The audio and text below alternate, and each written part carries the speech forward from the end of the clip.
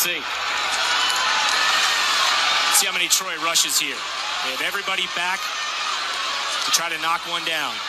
Three-man rush. Chase going to step up in the pocket. Sets. Throws high into the air. It's up for grabs. It is juggled.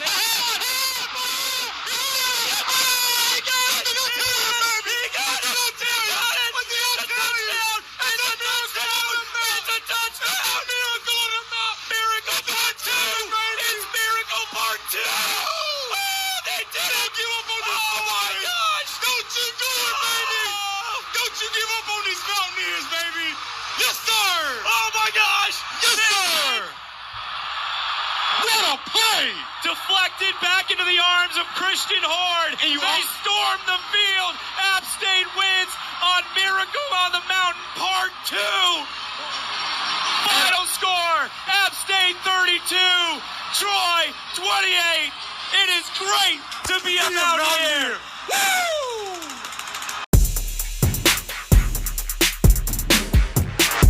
Honey, where are you going? Where are you going? Again? Just where are you going? Where are you going? You're not going to the bar again, are you? You like hanging out, drinking beer at the bar, talking sports? Come on out and join us weekly. Guys at the Bar Talking Sports, your podcast for just that. Hanging out, drinking some beer, talking sports. Have fun with the guys at the bar talking sports, Dad.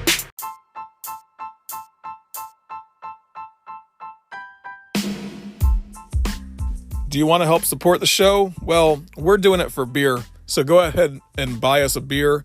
You can do that through Venmo at Guys at the Bar Talking Sports, and we'll look forward to drinking that beer on you. All right, y'all, this is your boys, Guys at the Bar Talking Sports, with another episode. It is episode 6 of season 3. We appreciate all y'all listeners that keep on listening every week. Share the show, subscribe, and give us a 5-star rating and review if you can. That's always the best thing in the world. This is a show where a bunch of guys get together at a bar, drink beer or vodka tonics or makers, and talk smack about every football team we can, and try to have a general interesting conversation that will lead you guys to better Saturdays. Better informed. There we go. We have the most informed listeners in the world, I would say. So we have a founding member of the show. The OG. The OG. So actually, we have all three of the founding members of the show. You know, I'm feeling a little inadequate now. Some random that pops up for every show, here, man. Every show last season and this season. So they found a vagrant this year. This guy's been doing it with me for a while. My man Ripper's been doing it with me season for a while 2 for now. the Ripper. All season 2 and season 3. So we gotta give him credit where credit's due. But what season are we in? Season 3. Oh, okay. Yeah. So, but we do have a founding member that we have under contract. He did sign the contract today, and I don't want to say what he signed it with. Guy? No one well, he's making lots of money virtually. We'll say that. Virtual currency, we'll say. And it's not Bitcoin or anything like that. But we got my man, the Rebel. He's back. What up? Had to make it tonight. What are you drinking, Rebel? Makers, man. This is the only thing worth drinking. And you're eating some onion rings as well. Yeah, my wife will hate me later. That sounds deep. Yeah, she will definitely hate you. Especially after some makers, a lot of makers going down as well. This is true. Ripper the Predictor. He's back in action. He made it. What's up, man? How you doing? Doing good. Got my cold Yingling in front of me and ready to get moving on. Where's Yingling from again? No, that was last week. We're not doing that again. We're not doing that again? No. Oh, come on. That's old news, man. Makers. Yeah. Where's Makers from? Kentucky, man. Okay, Kentucky. There you go. That's do you know who was the creator of Maker's Mark? You're supposed to look this up before you get on the show. And I'm a bourbon steward. I should know this, and I don't know. That is the rule, man. All right, you're canceled. Canceled. Yeah. Can we see that contract again? Yeah, we're ripping up this contract. You're fired. We got my man Chopper. What's up? always a steadfast person on the show. You know he's going to be here.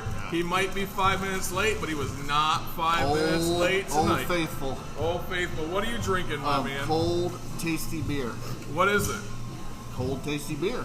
A what? Cold, tasty beer. Is that the name of the beer? Yeah. Are you? Oh, really? That's what I'm calling it today. Oh, okay. We're just Not making till up the names. sponsorship money starts coming in. That's right. I see what you're doing there. That's right. Is that a metaphor for Pabst Blue Ribbon? Wow. That's a PBR cold on tap is not bad. It looks very similar to what Ripper is drinking, though. It does look very similar, but yeah, since that Mine's from Akron, though. since that brewery that starts with a Y does not sponsor the show, I don't think we should even name these places anymore. That's true. Until all that beer money starts rolling in through Venmo, baby, which you can do it. Guys, the Bar Talk on Sports is your at Venmo. Guys, the Bar Talk on Sports is how you buy us Buy a beer. me a drink, please. Buy me a drink. We'll work for beer. You give it to the guy that holds the sign on the side of the road when he says, just doing this for beer, right? Now, at least you can do is buy us a beer, too. You've spent money in a lot worse ways, I can assure you that. Yeah, get us a little bit tanked and we'll be good to go. We don't even get tanked, though. We just drink a couple. You know, it's always just for good fun. But let's move on, because there's a lot of football going on this week. But I did want to open up the floor to my man, the Rebel, because he has a lot to talk about from his alma mater. Dude, let me tell you what. Give it to me. Game day. Should we pull the microphone right up to your face? Ready, go. I was going to say I could put it in my mouth, but that would be inappropriate. That would be inappropriate. Game day was fantastic. The game was fantastic. What game? Where? Appalachian State versus Troy in Boone. First time game day goes to Boone. First time Lee Corso puts on the Mountaineer headgear. It won't be the last. It was such a fantastic day, beautiful weather, crowd support. You go to the game. My heart can't take very many games like that, but the magic on the mountain continues. I mean, a heartbreaker against North Carolina. We score 40 in the fourth to make it interesting. We go to College Station and kick the crap out of them, and they're smart-ass students. And then on top of that, come back and have game day, win the game. It's just it was one of the, if not the greatest football experience I've ever had. I feel like we're all App State fans in America right now because of this whole. Unless you're A&M or I actually saw an A&M post on Twitter today and was like, I will say this: if I was not an A&M fan, I would be really pulling for you guys to do well. And so they've caught the attention in the heart of America. It's just how long can the party continue? Being a realistic fan, they better find some defense in a hurry, or the party will come crashing down this weekend against a very tough James Madison team that leads the country in offense and only allows 10 yards rushing per game. You heard me right. 10 yards rushing per game. Two games. But now, to be fair, those 2 games, who were they against? We need to preface this just so you Mountaineers out there don't lose hope. They were against Middle Tennessee and Norfolk State. So there's something to be said for that, but they do have an open week coming into Boone this weekend. It's going to be a tough fight, but the cool thing about it is they're actually talking about it on the sports shows. What are the Mountaineers doing this week? Because if anything, whether you like them, you hate them, you love them, it doesn't matter. They're playing exciting football right now. And what can they hold on to their coach this year? Absolutely. He was a teammate of mine in Boone. He is a lifer. He's a lifer? They just you got to keep in mind with this. He's like a Fitzgerald at Northwestern. He's not leaving. He's the next Jerry Moore, who was there for 24 years, who actually put the program on the map. Cool. They can throw him a high 6-figure contract, and that's like getting a high 7-figure contract somewhere outside of Boone. He loves it. He loves it there. I don't see him leaving as long as he's successful, and I'm really excited about where the program's headed. Yeah, I mean, even Texas A&M fans, getting back to what you said, they should be rooting for App State because if the more y'all win, the more App State wins, the better that loss looks to A&M, right? So if they're ranked in the top 10, they lost. So let me preface it like this from a Mountaineer perspective. I would love to see North Carolina win the ACC. That win looks fantastic. Fantastic. Aside if the Auburn War Eagle here can't win the West, I would love to see Texas A&M win the West and play for the SEC championship. All of a sudden, these wins, the close loss, just makes us look that much better when it comes toward the end of the year. Again, all this on the pretense that we can keep the party going. All it takes is a few critical bad losses along the way, and we are forgotten into oblivion. And let's be Well, honest. you know, Okay, I'll let you. I don't know about that. I can say that for the longest time, Troy has actually been like that App State kind of team for me. Absolutely they are. You know what I mean? They're like Troy, Southern Miss, these players that don't get into the big schools and kind of have a chip on their shoulder, Yes. and they come out and I'm telling you, those teams beat teams. I mean, The everybody thing- was saying, you know, App State's going to beat Troy. I was like, No. Troy's a good team. I didn't. Troy's a good team. I was concerned with the Yeah. game from the standpoint of Yeah. there's one thing with Troy every year. They may lose big, and that's not to talk about the score. When you want to look at the fundamentals of playing the game and the fundamentals of coaching the game, they have a great coach. They have great kids, and they're a team in the Sun Belt.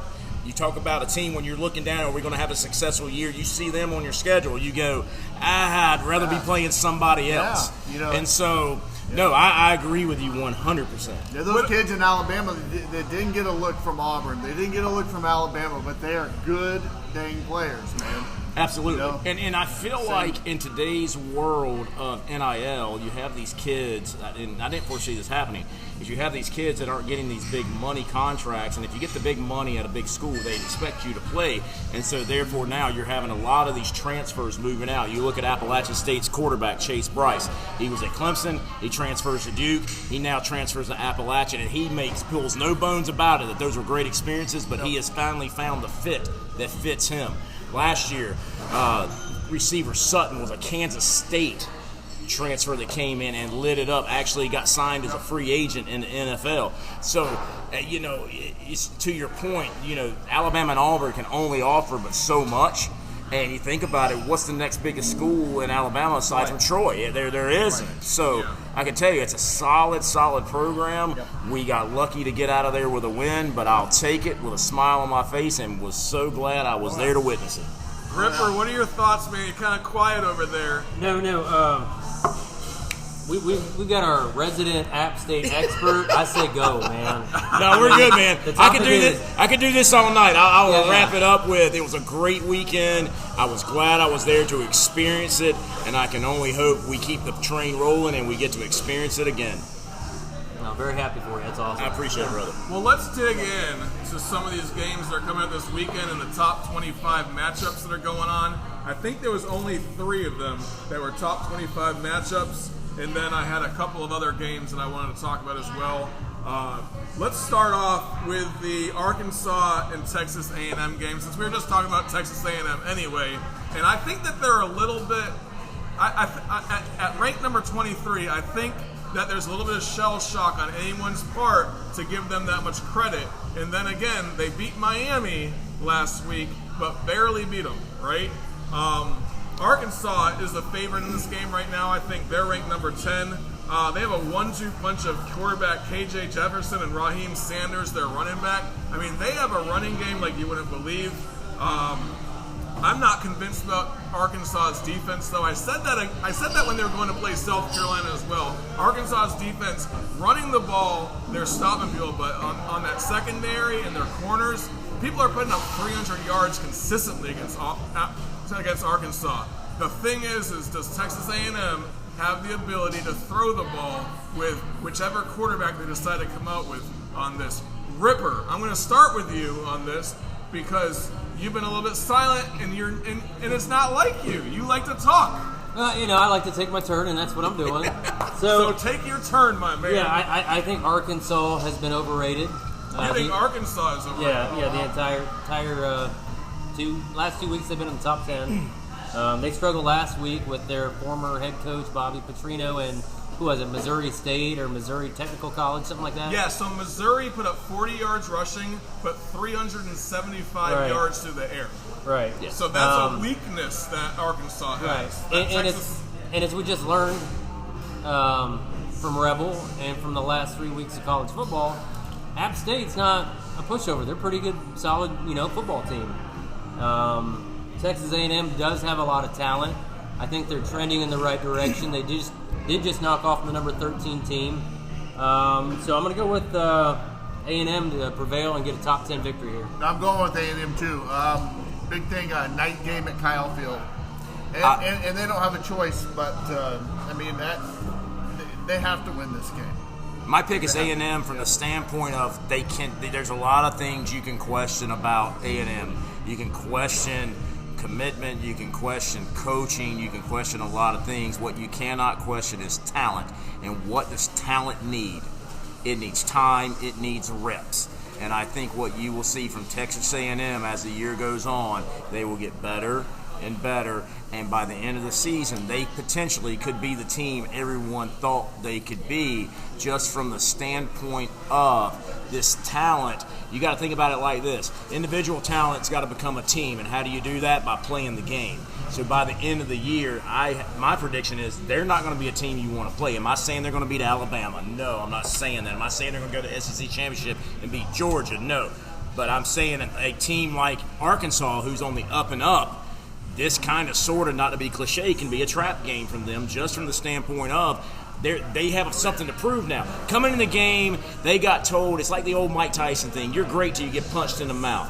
Texas A&M got punched in the mouth. Now they have the chip on their shoulder like everybody else did. Not so fast, Rebel. Not so fast. And the reason why I say that is you have skin in the game. You said it earlier. You want Texas A&M. It did sound there was a little bit of hope in that commentary. You're a little bit of hope and a little bit of bias. And Texas A&M against Miami had just barely over 200 yards of offense. No, I'm not. No, barely over 200 yards of offense. I would agree with everything you just said. This is a team that is having struggles on offense like you would not believe. They can't run the ball, and Arkansas is going to stop any run you put against them. They had 80 yards total in the last two games running against Arkansas. So I'm going to pivot for a second. But if they could if they could pass the ball, then Texas A&M should have a chance to win. But there's no shot because they need to have they need to have running and passing, and Texas A&M doesn't have it. So I pivot. If they're as bad as you claim they are, do they run Jimbo out of town for $40 million at the end of the year? They don't run Jimbo out of town. Jimbo Fisher's one of very few coaches that have a national championship under his belt. It's been a while. It's been 10 years. I think it was 2012. They will make him want to leave, though. They will make. They will make it very uncomfortable. They will. He'll stay there, get his paycheck. He will not like. Wouldn't you? He will not like. Wouldn't you? Yeah. Yeah. Anyway, I digress. It will not be fun. Let's jump down to Gainesville, Florida. Actually, to Knoxville, Tennessee, where we have the number 11 Tennessee Volunteers playing number 20 Florida. Who's got skin in the game now? I got a lot of skin in the game. But hear me out. Hear me out, because I have a lot to say on this. The line for this game favors Tennessee by 12 points, right? Anthony Richardson has been inconsistent even in friendly environments like Gainesville. It's his home. He can't play against Kentucky. He had a hard time playing against USF, right? This is going to be a very unfriendly environment in Knoxville. Game days in town. Yeah, those little doubts that Richardson has in his head after an interception is going to be coming back. And with this crowd booing him and yelling at him, it's going to be in his head. And add a little nuance to this. That crowd's going to beat him down. Tennessee has lived on hope for 15 years, and for the first time, that hope has some roots. Yeah. So therefore, and to your point, that game is going to be, from their perspective, insane. This crowd has waited for this game with this team since Phil Fulmer left, and they are going to be nuts. Now, Tennessee's been playing good on both sides of the ball. I've been looking for a weakness in their offense. I've been looking for a weakness in their defense. You better hope they get sick. I don't see it. I don't see it. The only thing is, that's what I was about to get at. The only thing is, Cedric Tillman and Jabari Small is out for this game coming up, and those are their two highest producers on offense. So that being said, I don't know. Tennessee might have a struggle because of that. He's reaching for straws. All right, so Tennessee still has, is it Hendon Hooker as their quarterback? Yeah. He's not out. He's not out. He's the facilitator of that offense. But Cedric Tillman puts up like over 100 yards past, or And they're still Getting the ball from Hooker. playing Neyland, right? In front of 110,000s and the thousands and thousands. Now the one thing is it gives me hope that there's a few injuries there. Now that's a sucky way to win. But I don't. So both of these programs, I think, are like rebound programs. I think Tennessee's a little bit further on the rebound than Florida is right now. You got to give the edge to Florida. Tennessee because they're at home. A little further on the rebound.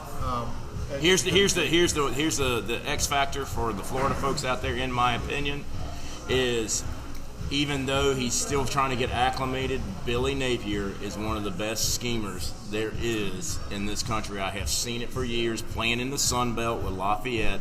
The guy can coach. They get to use your perspective. If there's a weakness, he will find it. Now, is it enough of a weakness for them to pull it out? Only time will tell. I don't see any weaknesses in Tennessee's offense or their defense. Ripper, give it to me. So set me straight. Let me know what's going on. I don't believe that Tennessee is in a rebounding year. I think they have, rebuilt and established themselves behind a young, talented coach. They're ranked 11th, and after this win, they're going to be in the top 10 for the first time since when? It's going to be huge for Tennessee moving forward. But you have a win like this. Put a program together that can stay there. But you need that signature win, which they've struggled with for the last 15, 20 years. Well, you can get a signature win and be there. It doesn't mean you're going to stay So there. they're going to be the passerby observers that would not this year say that Florida is the signature win based off the fact of how they have performed this year. But I would agree that it is. In my perspective, it is. Look at when you play in the SEC East, there's games you circle. Unfortunately, Gamecocks, it ain't one of y'all. It's Georgia and it's Florida. And this year, kind of, sorta. I ain't gonna lie, guys. Where's the Kentucky-Tennessee game? Oh man, that's going to be a barn burner that I will watch. Make it a point to watch for the first time ever in my life. Possibility to be a top 10 matchup. Absolutely. That's a possibility of a backhanded BCS berth, depending on, because if you go into Georgia and Georgia's wrecking ball everybody. Rebel, what year is it? I don't know, man. We don't do the BCS anymore. Sorry. Fair enough. The playoffs. Y'all know Anthony Richardson has the lowest QBR of any quarterback in the SEC His arm's right now. too strong, man. 110th in the country. Yeah, it's not good. It's not. I'm not worried about that. I'm worried about the Florida defense, man. Florida defense is ragged out, looking like crap. Can't stop South the run. Florida. I watched South Florida run South Florida should from win the the game. This is 10-yard line untouched. Currently, I think like, Tennessee no, is the third best team in the East. Currently. Third after Kentucky. Ooh, you're about to piss off some people, but I love it. That's okay. But I need to see more. I need to see more. But I've been saying all year, I think they're a top 15 team. Right now, they're at 11. An opportunity to go to the top 10, and I think that happens. Look, here's what I take out of this, being the transplanted SEC fan. When was the last time the SEC East was this comparable to the SEC West? It's stronger. It's been 2002, 2003 Correct. since you've had that much Parity, talent. that parity on both Yeah, sides the of East it. is stronger than the West this year. You got Kentucky, you got Georgia, you got Tennessee. Yeah. There's 3 top 11 teams. Yeah, What do you really don't? What do you have in the West? You know, teams. Mississippi State's terrible. just Auburn's got in a beat. down year. Ole Miss, nobody knows. The East is LSU's stronger in than a the down West this year. year. Tell me I'm wrong. I don't know if I'd argue against that. Texas this year. A&M, Arkansas, and Alabama are pretty It's good interesting teams, to think about that. I haven't ever given that to perspective, but I think it's a valid This point year. that we can discuss next week about. Yeah, that's a let's great compare talking the point. size of the SEC. Is the East back? Is the East back? All right, listen next week, and you'll hear it talked about, y'all. My man, the Rebel, sounds like he might be back again. I don't know. I did sign a contract. He did sign a contract. When you got a contract signed with some balls hanging from it, I mean, that It took some balls to sign that it does take contract. some balls. You gotta be hung properly to sign that contract. Footballs, that is. All right, let's move on over to the other big game of the week, and that's going to be number 5 Clemson at number 21 Wake Forest. Clemson faces their first-ranked opponent I of just the went season. to sleep. This weekend, as they travel short distance to play Wake Forest, Sam Hartman leads the Demon Deacons with the exception of 2 interceptions. He's been playing pretty damn good. He did have 2 interceptions against Liberty. He's racked up 650 yards in the 2 games that he's played, though. That's pretty solid. Clemson has potentially 4 starters out for defense. That's going to be rough for them, especially against a dynamic offense like Wake Forest. Throw out some thoughts for me. Ripper, go. All right, so I need to see some play out of Clemson's quarterback, Tuiamu awful. however you say it, but You can see some play. He's terrible. and Why Will are they number Sipley has 5? been one of the top-rated recruits coming out a couple of years ago. He's been inconsistent at best. Last weekend, I think he had like 12 carries for maybe 124 yards, which is pretty solid. If those two can perform and they can keep Wake Forest passing game at bay, that would be a good win for them. Again, I don't know why the hell they're in the top 5 though. Because they haven't lost yet. That's the only reason why. Why did they start in the top 5? I mean, they finished. They went they- 10-3 last year. They finished strong, yes, but they looked awful doing it. Who else are you going to put there? I mean, that's what I was saying before. Once you get past Georgia and Alabama, you can throw just anybody in there.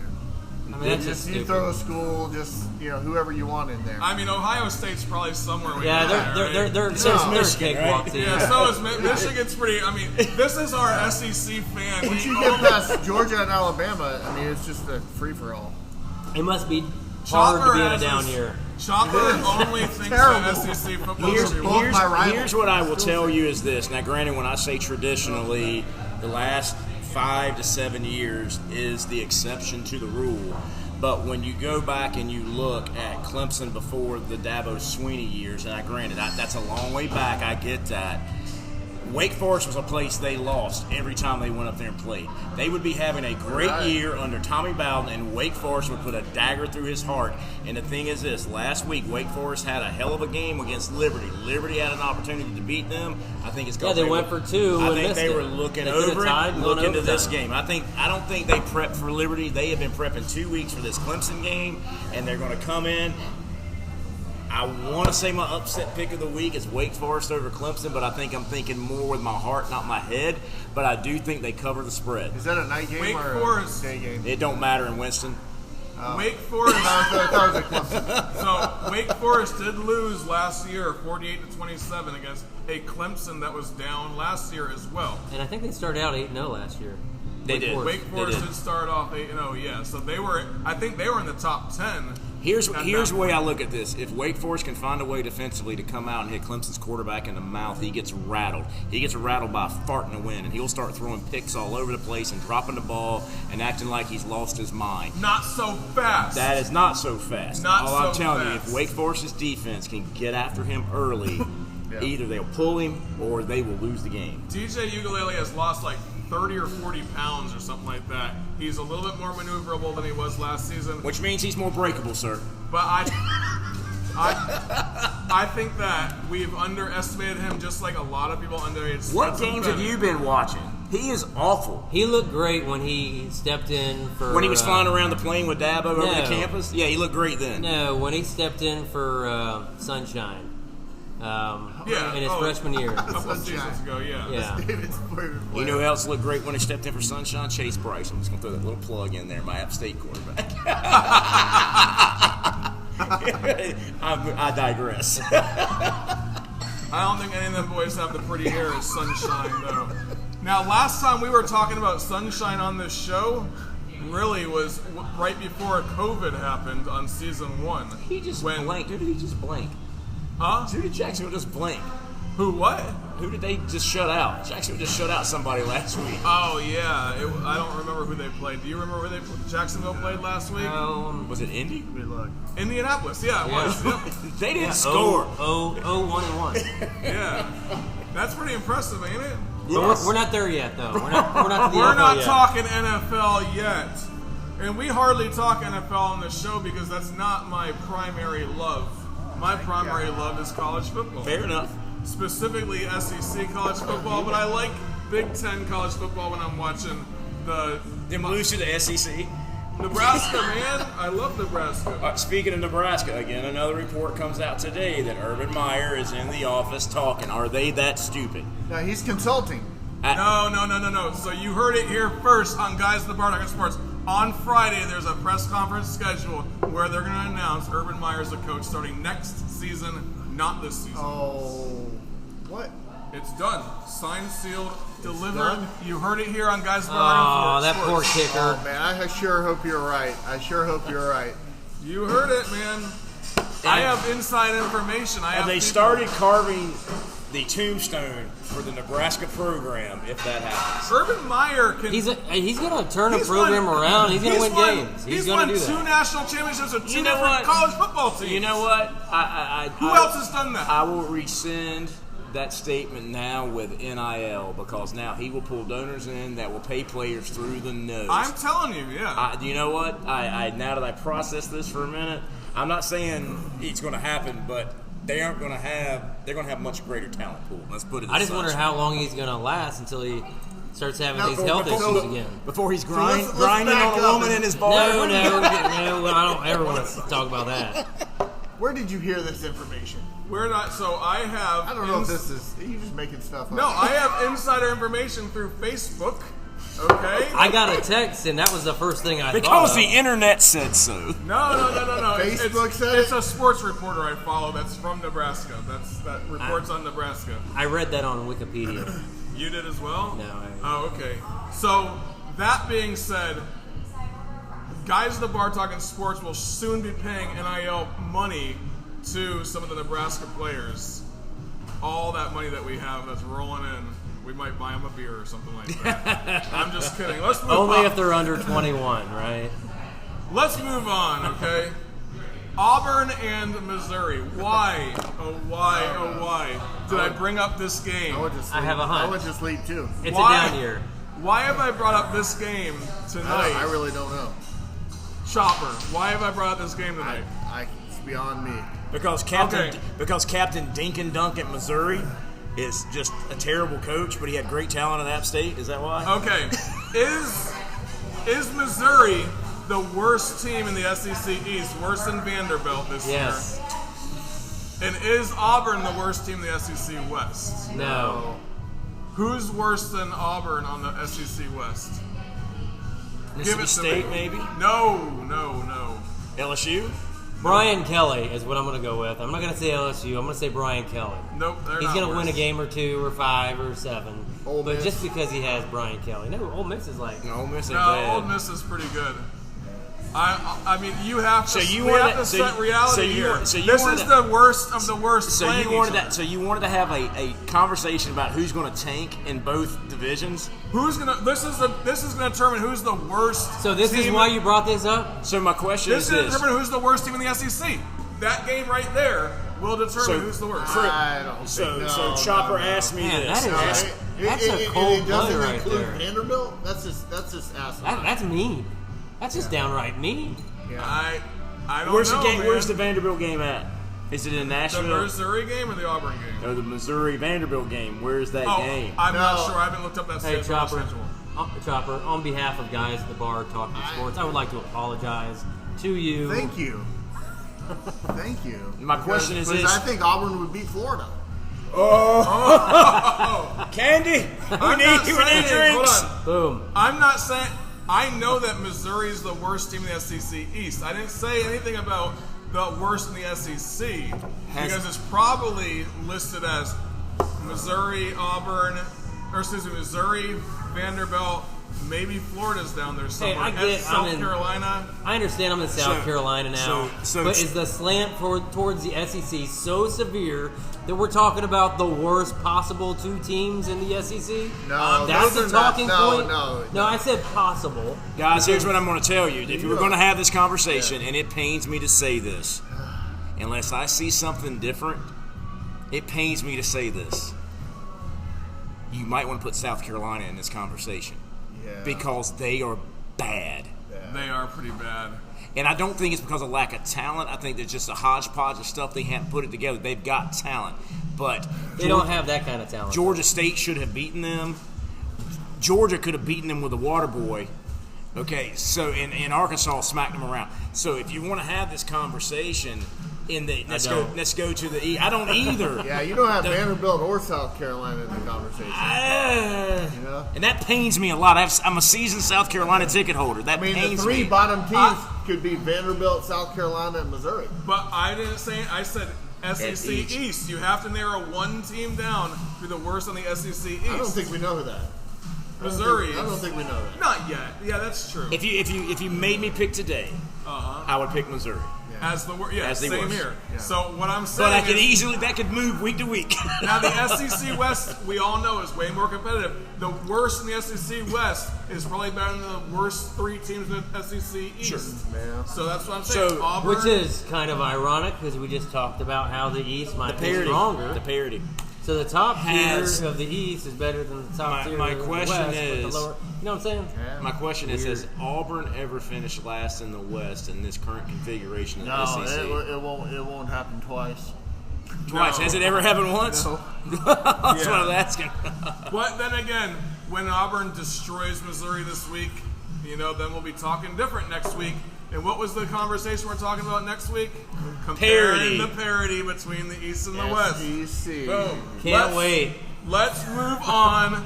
We got to go up north. Not to the team up north, my friends. We're going to go over to Ohio. No, I'm going to get to them in a minute. You want to talk about the team up north? In a minute. Okay. Oh, yeah.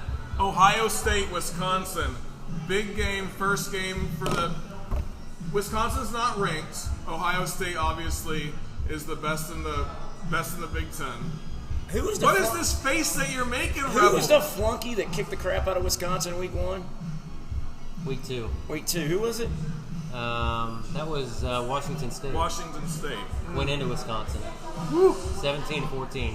Not kicked the crap out of. No, they didn't kick the crap out of them. They won. It's Washington State. Who's 3-0.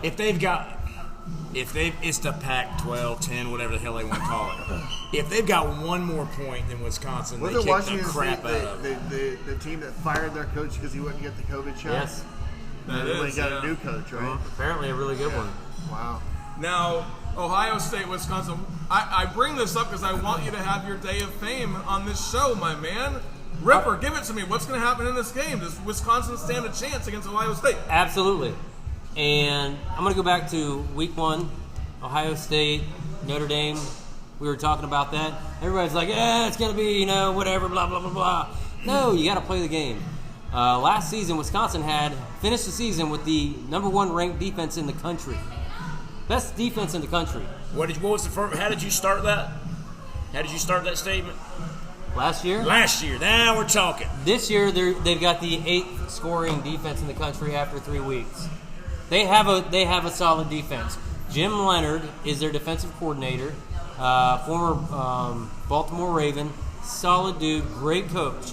He's going to have that team ready to play. Where's the the offensive game? line? Is it in Madison?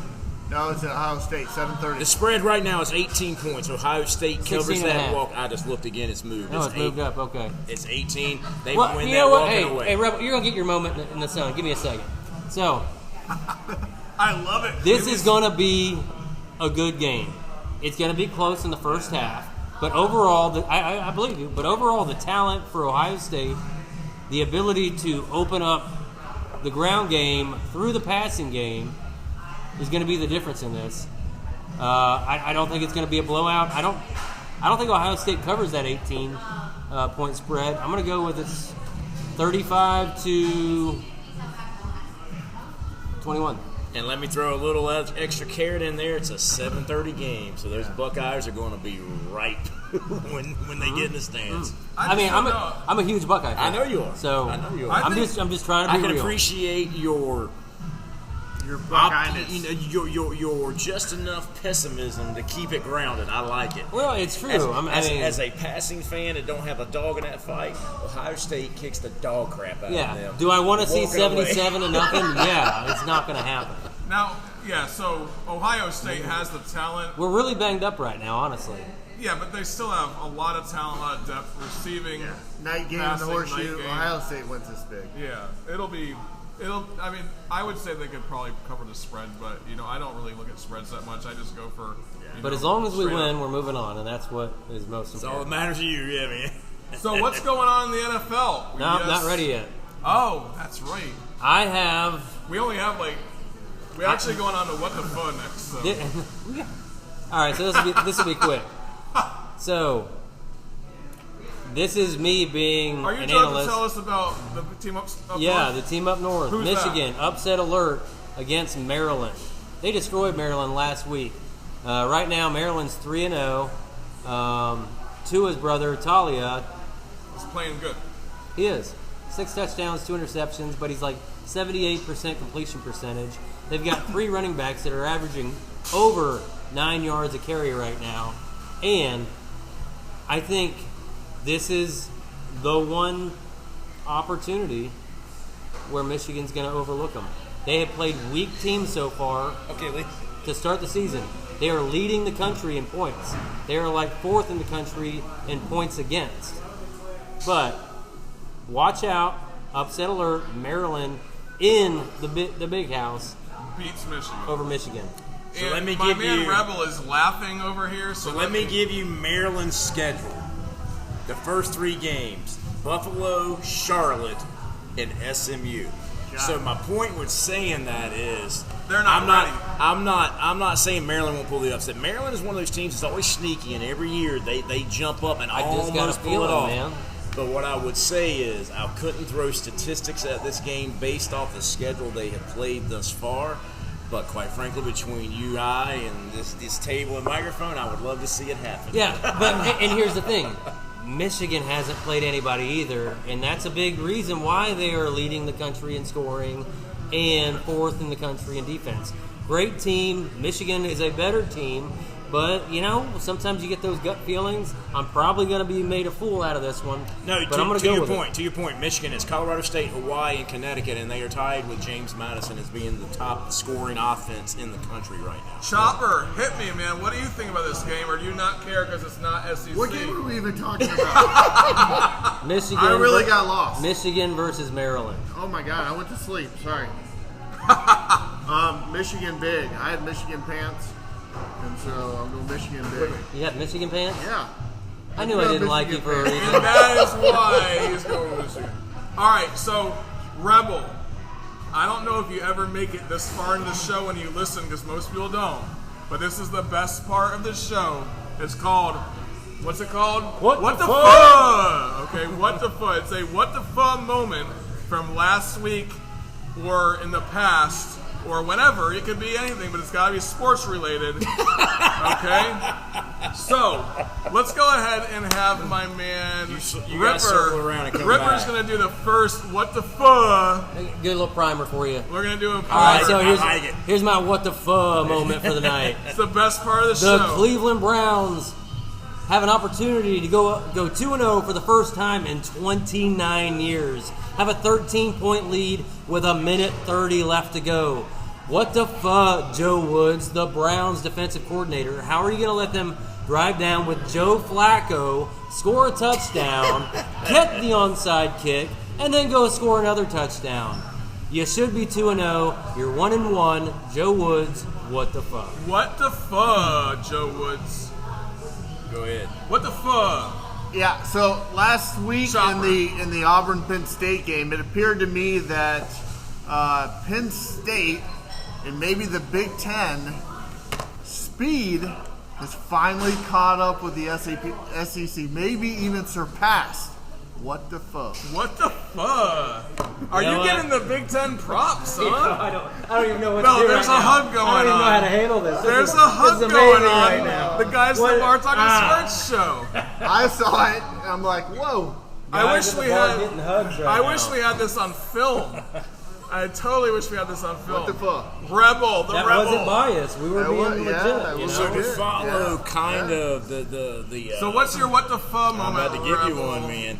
So to follow, to give you a little backdrop, as someone who told the NFL to go stick it 5 or 6 years ago, that was a Carolina Panthers fan. David Tepper, by the way, is the worst owner in the NFL, who once was a Washington Redskins fan, and I don't even know what's going on up there now, that has come back around to the NFL because of the play of one Joe Burrow. And my wife's family of being a Cincinnati Bengal. My what They the sound fuck amazing because they're is Ohio. this?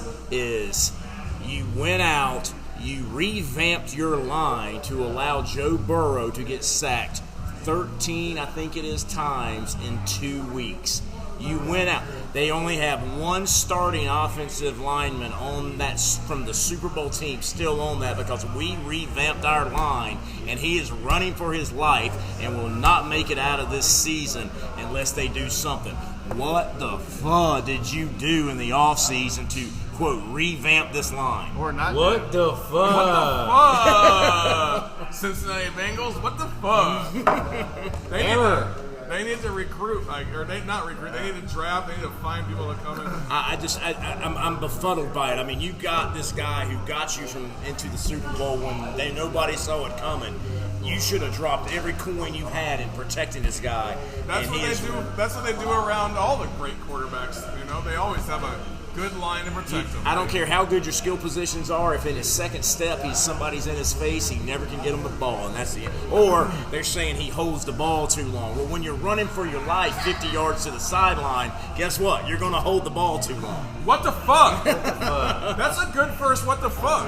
You came up with that on the fly. This guy did not even get the show notes. I don't think. Yeah, that's good stuff. What the fuck? All right. My what the fuck. Ready? Georgia has a defense everyone raved about. Georgia has a defense everyone raved about preseason and all season last year. They were raving about Georgia's defense, right? But what about this year's team? They're like, everyone said, oh, they lost too many players. What they lose 9 starters to the NFL, something like that. Mm-hmm. So everyone said, you know what? If they're depleted, they're not going to be doing that well. Nobody gave these guys any props whatsoever.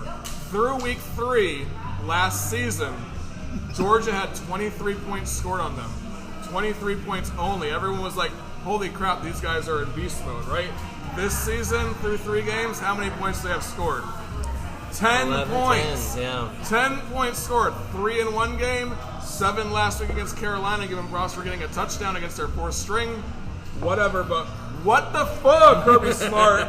What are you doing on defense at Georgia that you have a better defense this year than you did last year? What the fuck? And so now I got to look at Ripper and go, what the fuck are you smoking? It was a joke, man. It was a joke. Hey, Will Muschamp is a great defensive coordinator. He is. Now, I wish, so whenever Florida had Will Muschamp over there, they had a really good defense for several years after that, right? Yeah. Even, I mean, he defensive coordinator at Auburn. He has a good defensive mind, yeah, right? He's good. So, I think we do. I think. What are you looking at, Ripper? Trying to get Candy's attention. It's about time for her to go.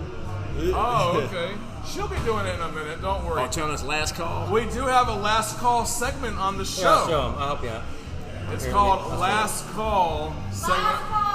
Oh, there it goes.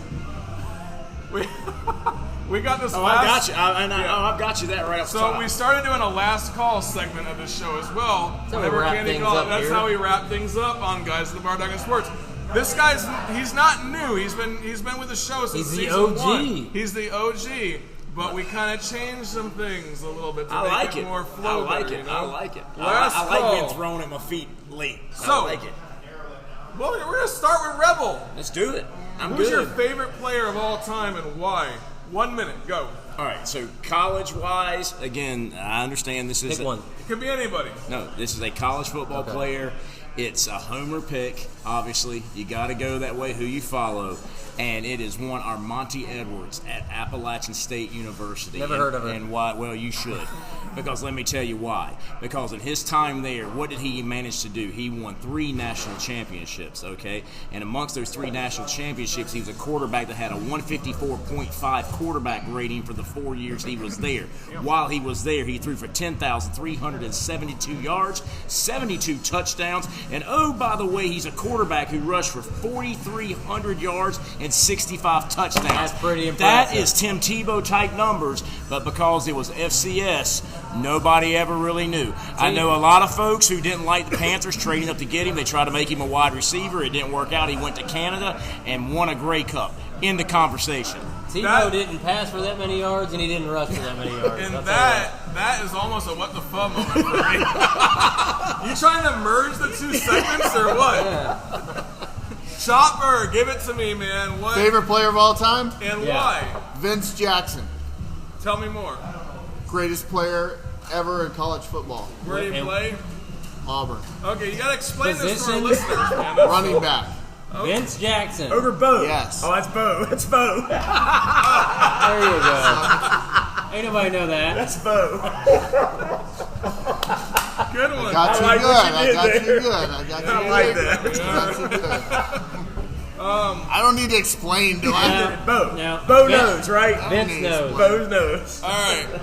And, I mean, played baseball too. Absolutely insane. Yeah, probably the best athlete that's ever played. Have been? Everything if he didn't get his leg ripped off by the Correct. Cincinnati Bengals. If you ask me, not my favorite player, but the greatest college player of all time, it's Bo Jackson or Barry Sanders. So no, you can't argue with that either. Great Hey, players. great segue. So, I'm going to do mine, and then you're going to Okay, take gotcha. us out of here, Ripper. Almost a great So, segue.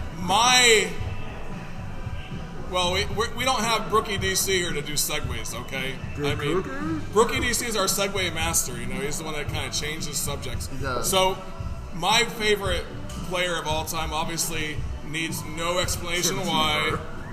Aaron Hernandez. Oh, Lord. Aaron Hernandez. There's no explaining why. Jesse Palmer, because he's on TV. No. Tom Brady. I mean, he's the best player that's ever played the game. I'm a New England Patriots fan. He's given us lots and lots and lots of good years, and I still root for him even at Tampa Bay. I grew up in Florida, so I have a little bit of a leeway on Tampa Bay, but Tom Brady, great. Still doing well. 46 years old or 45 years 45. 45 years old.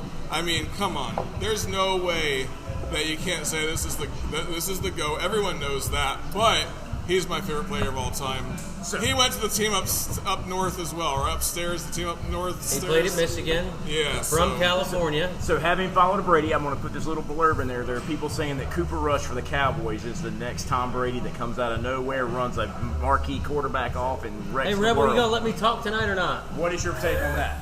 I have no idea. We shall see. Go ahead. Let's talk about it next week. Ripper, take us away. Take us home, baby. All right, here we go. So my favorite player of all time is the 5'8", 205-pound running back who played college at Oklahoma State. His senior year, he had over 2,600 yards and 37 touchdowns. He played for the Detroit Lions. He had an atrocious line, but he still ran for over 2,000 yards in a season. And this is what I love the most about him. When he would score a touchdown, he would just hand the ball to the ref, and then he'd go back to the sidelines. Humble. When a contract dispute wasn't really working out for him, he's like, you know what? It's fine. I'm done. I'm retired. 10 years in the league, 15,000 yards, one, if not the greatest running backs of all time, and boy, was he fun to watch. I would have given anything to see him play for a different team. If he went to Dallas, oh my God. New York, back then, New York, Washington, San Francisco. Can you imagine? It's disgusting. Yeah. All right, take us away, man. Close out the show, my friend. All right, well, hey, that's it for tonight for Guys at the Bar Talking Sports. If you like the show and you want to help the guys grow the show, go ahead and go to your podcatcher and subscribe to the show. Then you could also write us a review and give us 5 stars. If you do that, it'll help us grow the show. You could also join our Facebook group, which allows you to have camaraderie with other sports fans all over the country. You might even get a free beer out of it. So go ahead and join that group as well. And then check out our Substack, which is guysofthebartalkingsports.substack.com for weekly articles and the Ripper Report.